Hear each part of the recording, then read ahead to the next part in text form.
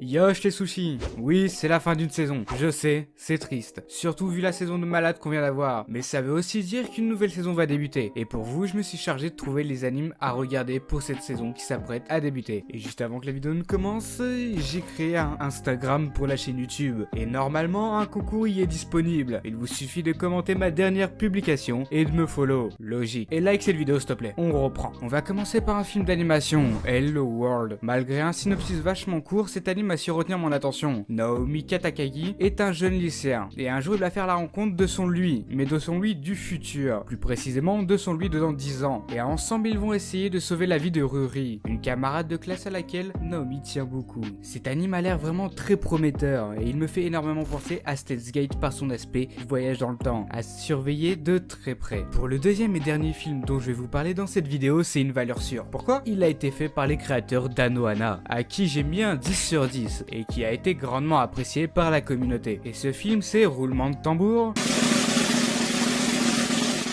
Solano Aosa Woshiru Itoyo. L'histoire prend place dans une ville perchée dans les montagnes. On va y suivre le quotidien d'Aoi, de sa sœur Akane et de son ex-petite amie Shinosuke, et d'un jeune Shino, qui n'est d'autre que le Shinosuke du passé, âgé de 13 ans. Décidément, le voyage dans le temps est à la mode cette saison. Il y a 13 ans, les parents d'Aoi et d'Akane sont morts, et aujourd'hui, les deux jeunes filles vivent seules. Akane, la grande sœur, a renoncé à son rêve d'aller vivre à Tokyo, pour subvenir aux besoins de sa petite sœur. Musicienne en herbe, Aoi est un jour invitée à venir se produire sur scène par un célèbre chanteur du nom de Dankichi. Au même moment, Shinosuke, qui avait disparu depuis quelque temps, refait son apparition dans la vie des deux jeunes sœurs. Et pour la première fois, Aoi va sentir son cœur battre pour quelqu'un. Putain, mais j'ai rien compris. Mais c'est forcément bien, vu que je le redis, c'est par les créateurs d'Anohana. Alors regardez-le. Allez, on va décompresser avec un isekai, qui a un nom beaucoup trop long. On va dire qu'il est affiché quelque part sur l'écran.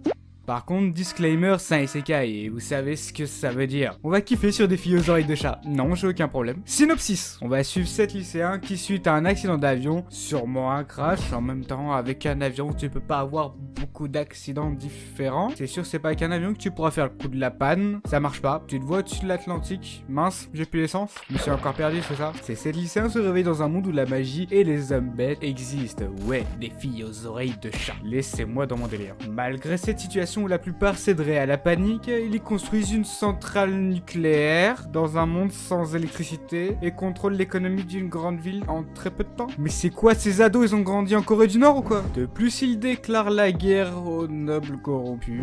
En réalité, ils ne sont pas des lycéens normaux, car chacun d'entre eux sont des élites se tenant au sommet de la politique, la science et la médecine. Je me sens comme une merde à côté d'eux avec mes filles aux oreilles de chat. Et ainsi débute l'histoire des ados possédant la plus grande sagesse de la Terre. Ils vont se calmer tout de suite les perforas. On passe au dernier anime. Pour cet anime, faut que je me dépêche car le thriller est chelou et le monteur va bien galérer pour illustrer mes propos. Et ouais, moi je respecte mes employés. Putain, je parle comme si j'étais PDG d'une multinationale, c'est ridicule. Mais s'il y a bien une chose encore plus ridicule, c'est le nom de cet anime. Et son nom c'est P ou Bête, j'en sais rien. Synopsis. Il existe des êtres capables de s'infiltrer dans l'esprit des autres et de manipuler leur mémoire et leurs souvenirs. On les appelle B ou bêtes, et bien qu'ils soient pas très appréciés par les gens, les autorités n'hésitent pas à les employer pour résoudre des affaires bien trop compliquées. Mais plus les B ou bêtes utilisent leur pouvoir, plus ils voient leur propre esprit sombrer. Bon, mis à part qu'il y ait un manque de respect flagrant dans cet anime, il paraît assez intéressant. À voir s'il va y avoir un bon travail psychologique derrière, mais c'est un anime